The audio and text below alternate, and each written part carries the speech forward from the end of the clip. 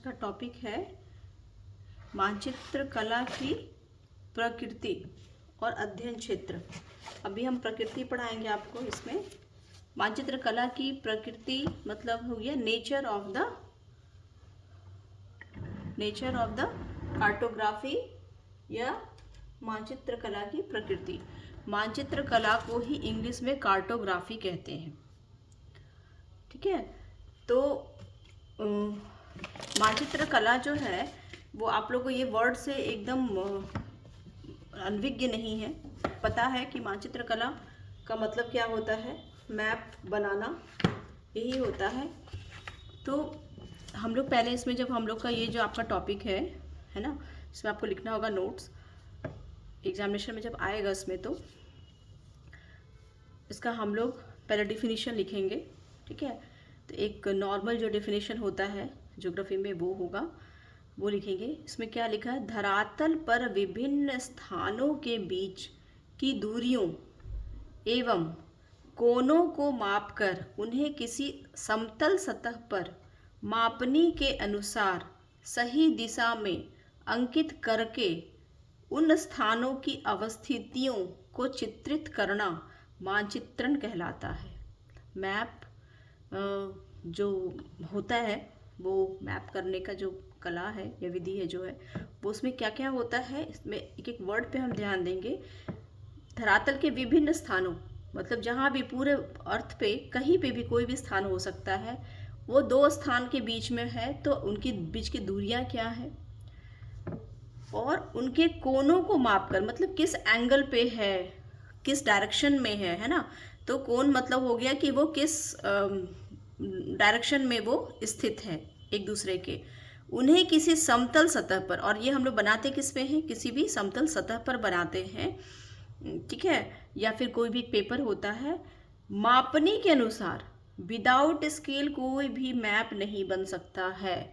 माप स्केल के माध्यम से क्या करते हैं, बड़े से एरिया को हम अपने पेपर पे उस एरिया को मैप के स्केल के द्वारा छोटा करके दिखाते हैं। तो मापनी इज नेसेसरी है ना, इसके बिना हम बना ही नहीं सकते मैप। सही दिशा में, साथ में कोई भी दो स्थान है तो उसका डायरेक्शन क्या है ना, या कोई भी जगह है उसका दिशा क्या है, ग्लोब में उत्तर है, दक्षिण है, पूर्व है, पश्चिम में क्या है, मैं अंकित करके वो हमको वो भी पता करना कि वो किस दिशा में, साथ में स्थानों की अवस्थिति मतलब उसका लोकेशन क्या है, वो किस जगह पे है, उसी को चित्रित करना है ना। उसको हम जो वो किसी भी पेपर पे बनाते हैं उसी को हम कहते हैं मानचित्रण।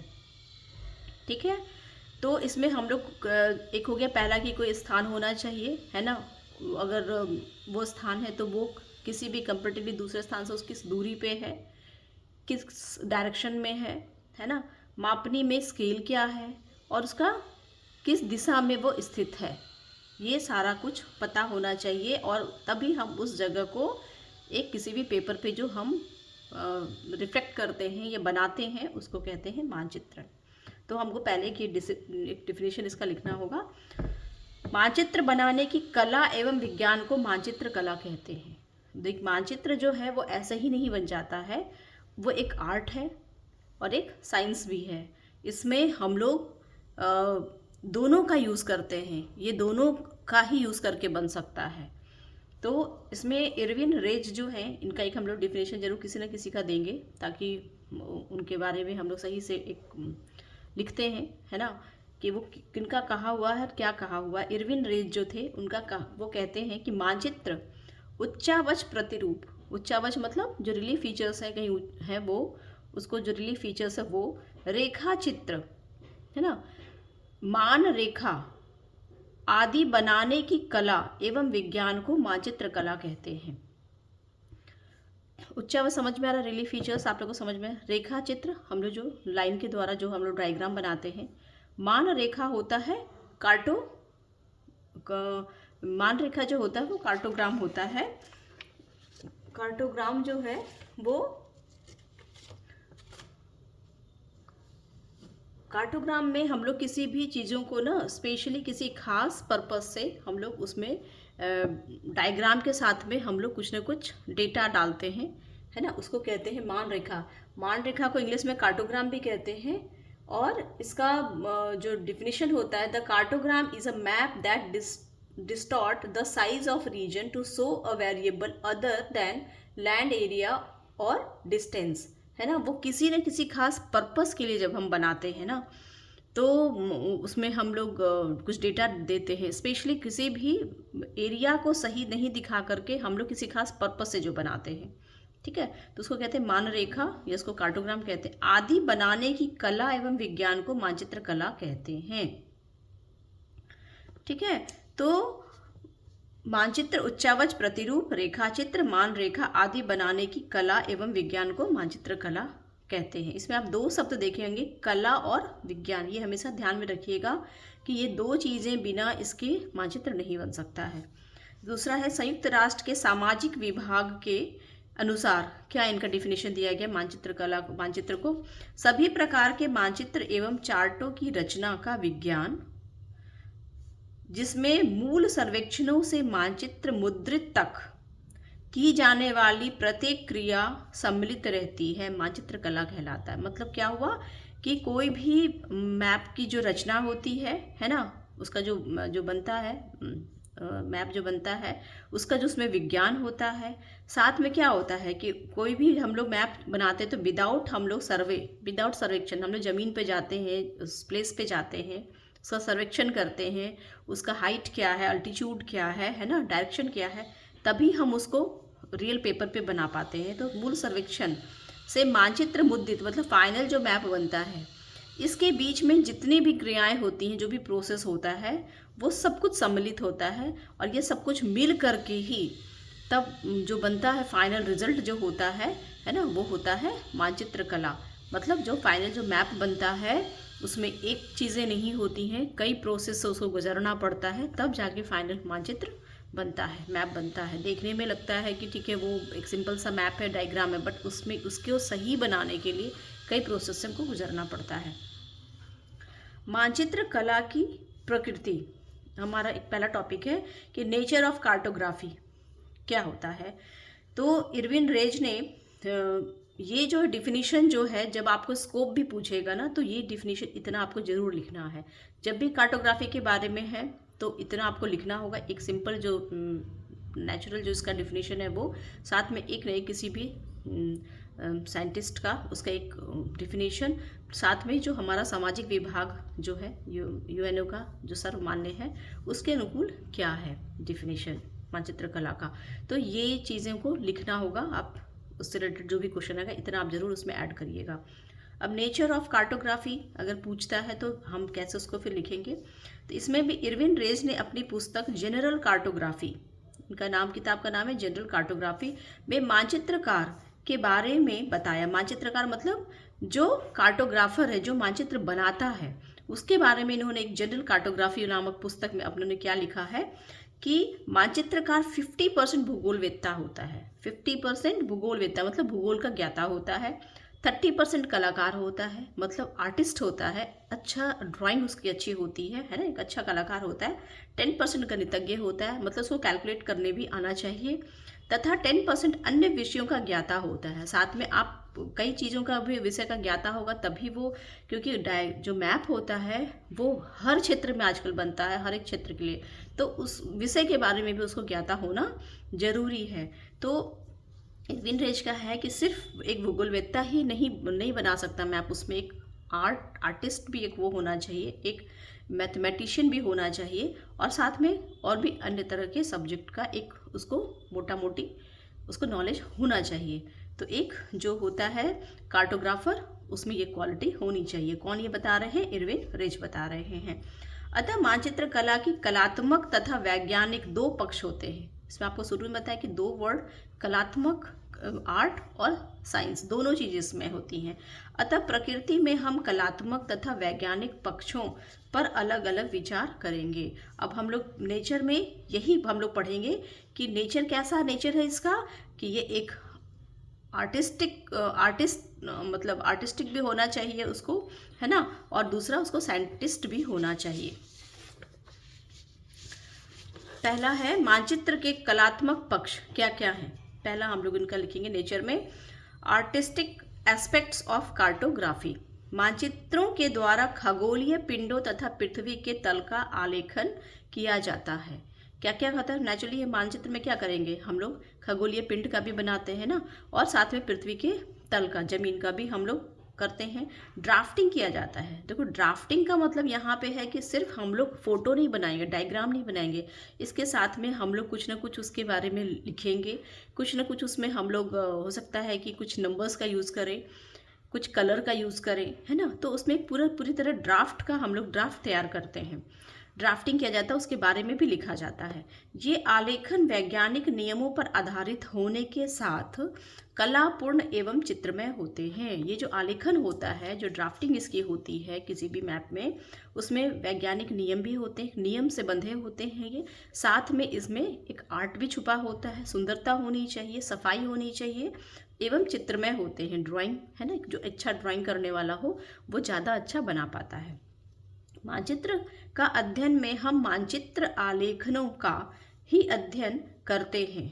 और ओरिजिनली जो है ना, मानचित्र में हम लोग क्या करते हैं, मानचित्र आलेखनों का अध्ययन करते हैं। मतलब जो भी मानचित्र होता है ना, उसमें सिर्फ हम लोग डायग्राम नहीं, उसमें कई चीज़ें होती हैं, बताए ना कि उसमें आपको कलर होता है ना, उसमें कुछ कुछ इंडिकेट किए होते, कुछ सिंबल्स होते हैं। तो ये सारे चीज़ों का ही अध्ययन करते, तभी हमको कोई भी मानचित्र समझ में आता है। सिर्फ डायग्राम से हमको समझ में नहीं आएगा, उसमें कई चीज़ें होती हैं और भी अध्ययन करते तथा। और कला आलेखनों का सर्वश्रेष्ठ रूप होता है। कला उसमें उसकी सफाई, उसमें बनाने में साफ सुथरा होना चाहिए, दिखना चाहिए एकदम क्लियर कट, उससे समझ में आ जाना चाहिए, है ना। उसमें कुछ ना कुछ ऐसे कलर्स होने चाहिए, कुछ कुछ इंडिकेशन होने चाहिए, वो सर्वश्रेष्ठ एक होता है, सर्वश्रेष्ठ रूप है।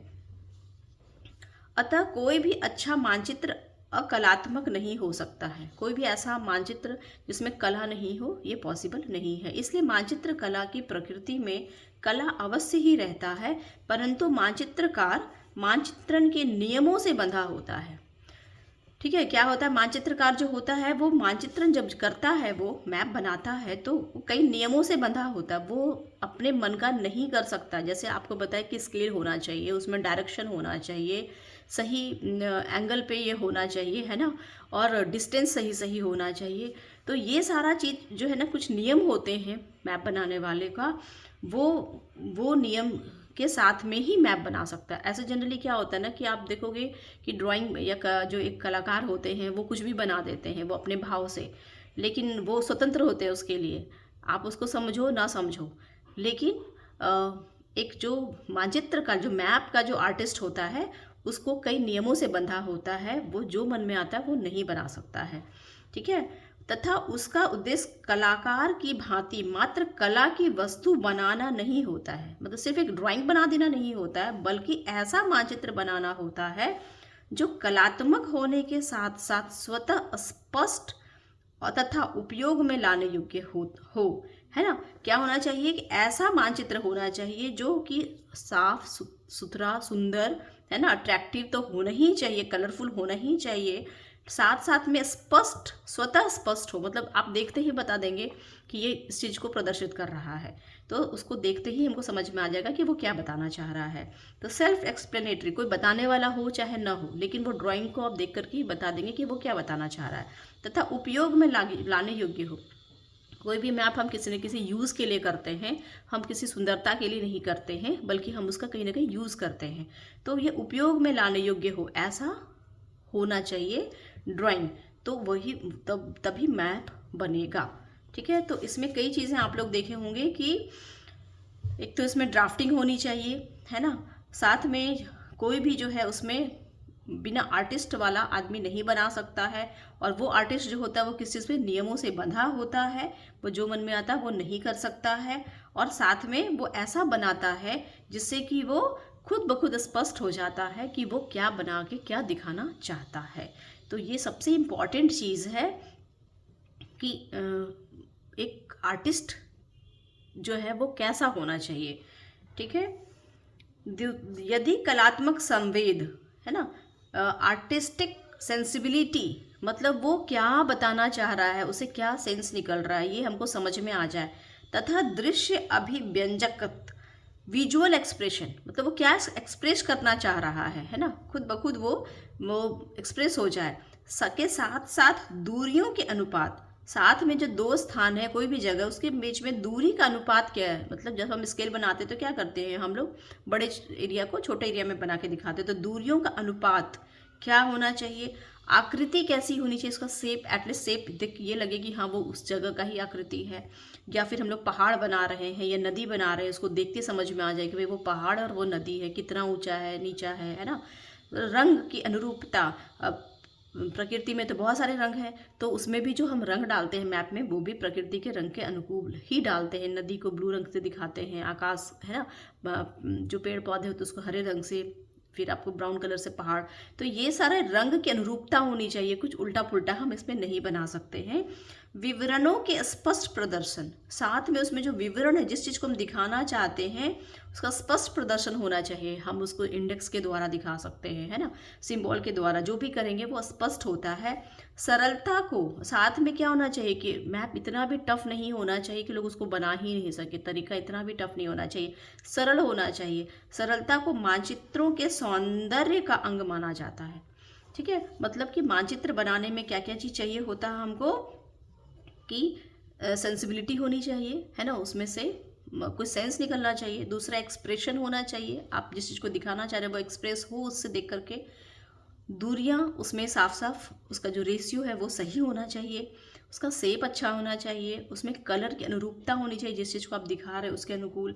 साथ में विवरण की स्पष्टता होनी चाहिए, सरलता भी होनी चाहिए। ये सारी चीज़ें होती हैं एक अच्छे मैप में।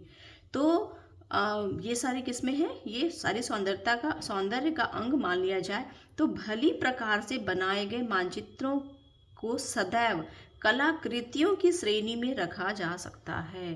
तो मानचित्र क्या है, एक तरह से कलाकृति ही है, एक आर्ट ही है जिसमें इन सारे चीज़ों को हम लोग दिखाते हैं।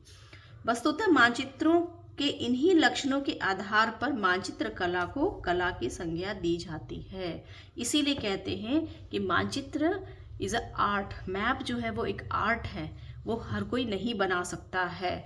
जिसका लाइन जो सीधा खींच सके, है ना, जिसके हाथों में बनाने में जो सफाई हो सके, है ना, तो ये सारी चीज़ें को ध्यान में रख करके ही मैप बनते हैं। इसलिए इसको क्या क्या बोला जाता है कि एक आर्टिस्ट होता है जो कि मैप को बनाता है। अब दूसरा क्या है, इसका है साइंटिफिक एस्पेक्ट ऑफ कार्टोग्राफी, मानचित्र का वैज्ञानिक पक्ष। वैज्ञानिक पक्ष मतलब कि ये सिर्फ आर्ट हो गया, ठीक है, कला है, लेकिन इसमें साइंटिफिक भी होना चाहिए। ये हर एक चीज़ का सही मतलब होना चाहिए, है ना, उसके पीछे का रीज़न होना चाहिए, जो आप रीज़न को दिखाना चाह रहे हैं वो दिखना चाहिए। ठीक है, ये नहीं कि हम दिखाना कुछ चाह रहे हैं और दिख कुछ और रहा है, तो साइंटिफिक होना चाहिए वो। अब इसमें क्या लिखा है, मानचित्र कला एक ऐसा विशिष्ट व्यक्तित्व वाला विज्ञान है। लिखा है ऐसा विशिष्ट मतलब स्पेशल जो है ना, वो व्यक्तित्व को, किसी के व्यक्तित्व को भी दिखाता है वाला विज्ञान है, जो पृथ्वी के संबंध में अनेक प्रकार के अत्यधिक जटिल तथ्यों को, पृथ्वी के ही बारे में अनेक प्रकार के जटिल तथ्यों को मानचित्रों, चार्टों, आरेखों तथा मानारेखों, कार्टोग्राम के माध्यम से प्रस्तुत करके सरल तथा सुस्पष्ट तथा बोधगम्य बनाता है। ये क्या कह रहा है कि साइंटिफिक हमको क्यों ज़रूरी है, क्योंकि पूरा जो हमारा जो फिजिकल जो रिलीफ फीचर्स है वो इतना इजी नहीं है। पहाड़ है तो आप फोटो डायग्राम में आप कैसे दिखाओगे कि उसका हाइट किसका ज़्यादा ऊंचा है, किसका कम है, तो किस टाइप से आपको सेट डालना है, किस एंगल पे आपको उसका डायरेक्शन देना है, कितना उसका डिप है, तो कई चीज़ें जो है ना, उसका कंटूर लाइन है, कई ऐसी चीज़ें हैं जो कि हमको कैलकुलेट करना पड़ता है, उसमें हमको दिमाग लगाना पड़ता है। ठीक है, तो ये जटिल है, बहुत इजी नहीं है। कहीं पे खाई है, कहीं पे है ना फॉल्ट है, कहीं पे रिवर है, कहीं पे पास है, तो दर्रा है, तो इस टाइप के कई चीज़ें हैं जो कि काफ़ी जटिल होती हैं और इस जटिल चीज़ों को दिखाना पड़ता है हमको। तो इसमें मानचित्र, चार्ट, आरेखों तथा मानरेख, जिसमें आपको कार्टोग्राम में बताए थे कि इसको कई खास किसी किसी पर्पज से हम लोग डेटा के माध्यम से भी दिखाते हैं, है ना। चाहे वो एरिया का शेप थोड़ा बहुत इधर उधर हो भी जाए, लेकिन हमको जिस पर्पज से होता है उस पर्पज को हम उसमें पूरा करते दिखाते हैं, प्रस्तुत करेंगे। और ये कैसा होना चाहिए, जो भी मैप होता है वो सरल भी होना चाहिए, सुस्पष्ट साफ साफ होना चाहिए, ताकि दिख जाए मैप से ही कि आप क्या बताना चाहते हैं, तथा बोधगम्य होना चाहिए, हर एक व्यक्ति उसको जान सके। जो ज्योग्राफी नहीं भी जान रहा है, चीज़ों को नहीं भी जान रहा, वो भी आपके मैप को देख कर समझ में आ जाए, तो हर एक व्यक्ति के लिए बोधगम्य होता है। ठीक है, इनकी दो बातें विशेष रूप से समझ में आता है इसमें क्या क्या है। पहला है कि मानचित्र कला एक भौगोलिक विज्ञान है। विज्ञान है, कैसा है, भौगोलिक विज्ञान है। हमको अपने पूरे के पूरे पृथ्वी के रिलीफ फीचर्स के बारे में पता हो, भौगोलिक विज्ञान है। दूसरा, मानचित्र कला एक सहायक विज्ञान के रूप में, सहायक विज्ञान मतलब सपोर्टिव है ये, है ना। और मानचित्र में क्या है, सपोर्टिव है, हमको भूगोल के बारे में हमको पता, आसानी से इसके बारे में पता चल जाता है जिस चीज़ को दिखाना चाहते हैं। इसमें टेक्निक्स कई हैं, कला है, तथा भूविज्ञानों के मध्य कड़ी का कार्य करता है। दैट मीन्स कि मानचित्र कला जो है वो किनके बीच में आपस में जोड़ता है उसको, उसके जो टेक्निक्स, आजकल तो बहुत नए टेक्निक्स आ गए हैं, आर्ट और साथ में विज्ञान, भूविज्ञान, ये तीनों के बीच में एक कड़ी को वो जोड़ता है। तो ये दो चीज़ें जो है बहुत इम्पॉर्टेंट है साइंटिफिक एस्पेक्ट में।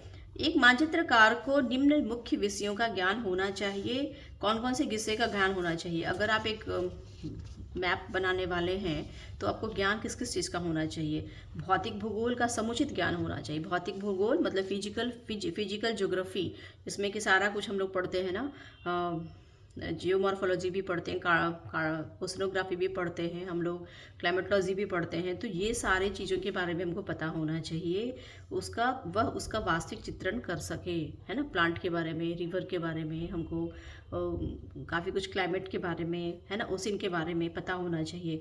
दूसरा है तथ्यों की जानकारी होनी चाहिए। मतलब तथ्य मतलब आप किस टॉपिक पे आप वो मैप बनाना चाहते हैं, किस मैप में आप क्या दिखाना क्या चाह रहे हैं, वो तथ्य क्या है ना, वो मुद्दा क्या है, जो उद्देश्य क्या है आपका, उसकी जानकारी होनी चाहिए कि आप किस चीज़ को दिखाने चाह रहे हैं। आप जैसे मान लीजिए पॉपुलेशन को आप दिखाना चाह रहे हैं, पॉपुलेशन डेंसिटी को या फिर डिस्ट्रीब्यूशन को, तो आपको उसके बारे में पूरा डेटा पता होना चाहिए, कहाँ कहाँ कौन कौन सा कितना कितना पॉपुलेशन है वो पता होना चाहिए। तो तथ्य के बारे में जानकारी, किसी चीज़ का प्रोडक्शन के बारे में, ये मान लीजिए आपका कॉटन इंडस्ट्री है, कॉटन का प्रोडक्शन है, तो हमको उसका पता होना चाहिए।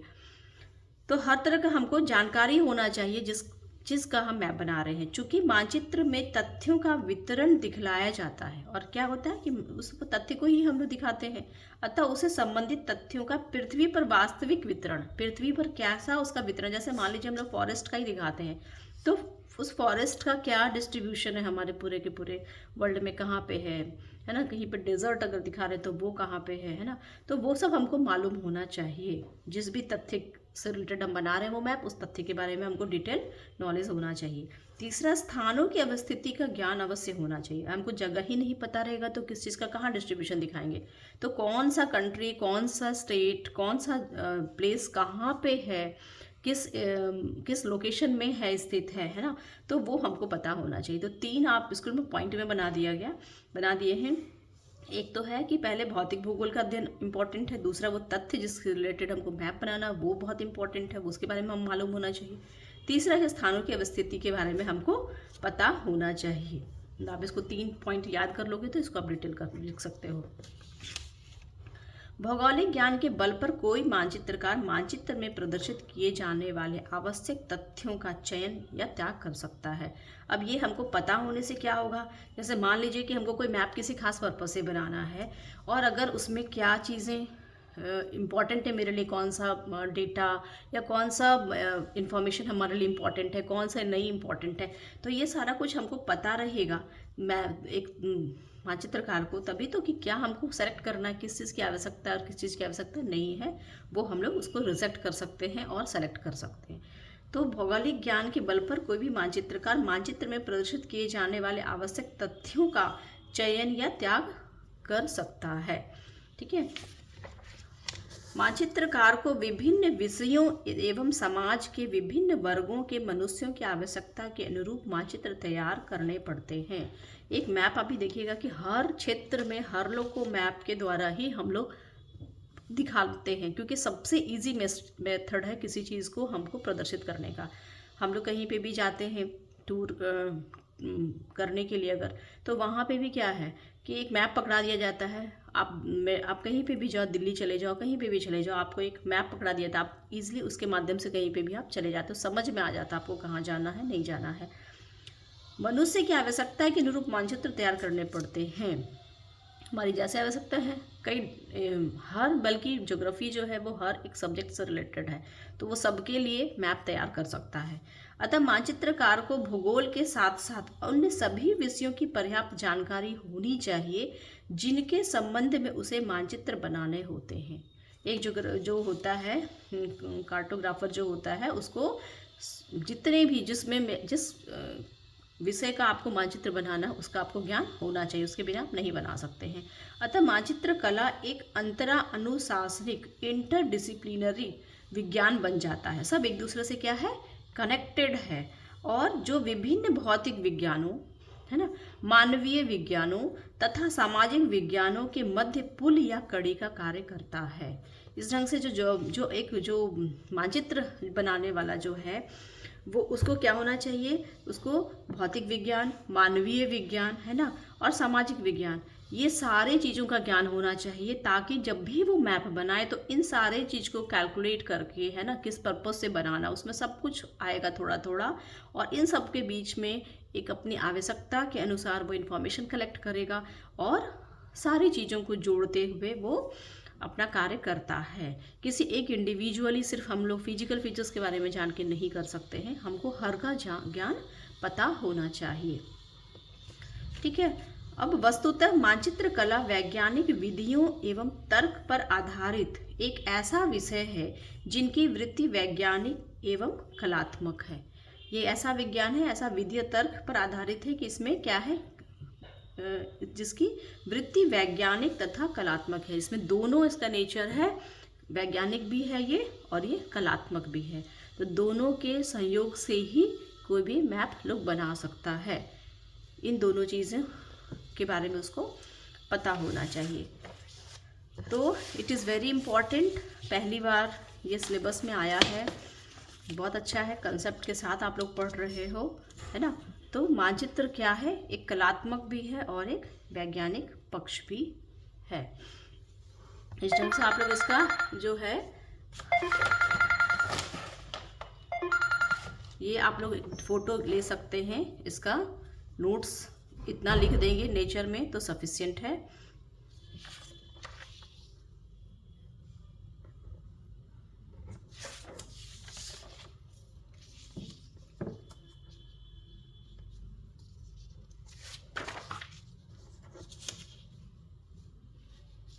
Thank you.